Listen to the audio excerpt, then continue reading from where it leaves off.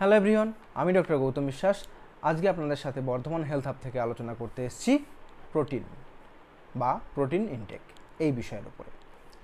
সবার প্রথমে আমাদেরকে জানতে হবে যে প্রোটিনের গুরুত্বপূর্ণ ভূমিকাগুলি আমাদের শরীরে কী কী রয়েছে। 1 নম্বর, মাসেল রিপেয়ার এবং মাসেল গ্রোথ। 2 নম্বর, ওভারঅল বডিলি ফাংশনে প্রোটিনের গুরুত্বপূর্ণ ভূমিকা রয়েছে। তাছাড়া ওয়েট ম্যানেজমেন্ট বা ফ্যাট লসে প্রোটিনের ভীষণ গুরুত্বপূর্ণ ভূমিকা আছে। এবং স্যাটাইটি আর হচ্ছে মেটাবলিক রেট ইমপ্রুভমেন্ট করা। নেক্সট, আমাদের বোন হেলথ ইমপ্রুভমেন্ট করা। কয়েকটি ইম্পর্টেন্ট কাজ প্রোটিন আমাদের শরীরে করে থাকে। রেগুলার প্রোটিন ইনটেক আমরা কতটা করব? সবার ক্ষেত্রে কিন্তু রেগুলার প্রোটিন ইনটেকের মাত্রা সমান নয়। যারা আমরা নর্মাল জেনারেল পিপল, যারা রেগুলার এক্সারসাইজ যারা আমরা করি না, তাদের ক্ষেত্রে এই রেগুলার প্রোটিন ইনটেকের মাত্রা হচ্ছে 0.8 গ্রাম পার কেজি পার ডে। এবং যারা রেগুলার ওয়ার্কআউট করেন তাদের জন্য normal protein intake per day 1.2 to 2 gram per KG এই হিসেবে।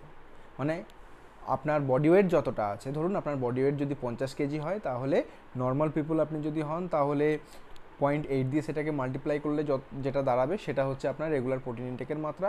এবং আপনি যদি ওয়ার্কআউট করা একজন ইন্ডিভিজুয়াল হন, তাহলে 1.2 to 2 গ্রাম এটাকে আপনার বডি ওয়েট দিয়ে মাল্টিপ্লাই করলে যেটা দাঁড়াবে সেটা আপনার পার ডে প্রোটিন ইনটেকের মাত্রা হবে। অন অ্যান অ্যাভারেজ যারা ওয়ার্কআউট করে তাদের ক্ষেত্রে আমরা ধরে নিই 1.6 গ্রাম পার কেজি পার ডে এই হিসেবে। এবার নেক্সট আমাদের প্রশ্ন হলো, যদি 2 গ্রামের বেশি পার ডে 2 গ্রাম পার কেজি এই হিসেবের বেশি আমরা যদি প্রোটিন ইনটেক করে নিই, তাহলে কি আমাদের উপকার হবে না অপকার হবে? তো এক্ষেত্রে একদম সহজ উত্তর হলো যে এটা করা কখনোই যুক্তিযুক্ত নয়। যেটুকু দরকার সেটাই শরীরের কাজে লাগবে, বাকিটা কিন্তু শরীরের কাজে লাগবে না, এবং তার জন্য শরীরে বিভিন্ন রকমের সমস্যা আসতে পারে। যেমন আপনার অ্যাবডোমিনাল ডিসকমফর্ট হতে পারে, ডিহাইড্রেশন হওয়ার চান্স রয়েছে। তাছাড়া যদি কোনো কারণে আপনার লিভার বা আপনার কিডনিটা দুর্বল হয়, তাহলে সেই দুর্বলতার পরিমাণটা আরও বেড়ে যাবে। আর কি হতে পারে না, আদার্স নিউট্রিয়েন্টস যেগুলো রয়েছে সেই জিনিসগুলোর ডেফিসিয়েন্সি তৈরি হবে।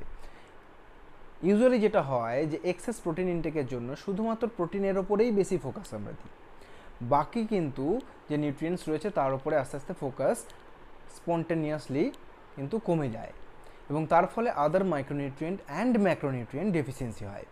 এবং এর জন্য যেটা হয়, অস্টিওপোরোসিস হতে পারে, আর্লি বোন ফ্র্যাকচার হতে পারে, এবং বিভিন্ন রকমের vitamin and mineral deficiency symptoms আসতে পারে। তাছাড়া বেশি প্রোটিন ইনটেক করার জন্য আমরা যেটা করে থাকি, মেইনলি মানে প্রোটিন ইনটেক বেশি করতে হবে এই প্রশ্নটা বা এই কথাটা যখনই আমাদের মাথায় চলে আসে, তখনই আমরা যেটা করি কি না, অ্যানিম্যাল প্রোটিনের ইনটেকটাকে বাড়িয়ে দিই।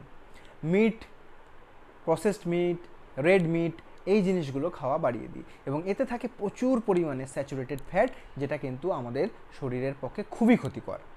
এবং এর থেকে হতে পারে কার্ডিওভাস্কুলার ডিসঅর্ডার্স এবং বিভিন্ন রকমের ক্যান্সার। তাছাড়া এক্সেস প্রোটিন যেটা আমরা নিচ্ছি সেটা কিন্তু ইউজ হয় না, সেটা ফ্যাটে কনভার্ট হতে পারে, এবং ultimately excess fat related side এফেক্টসগুলো দেখা দেবে এবং বডি ওয়েট বাড়বে, ওবেসিটি ডেভেলপ করবে।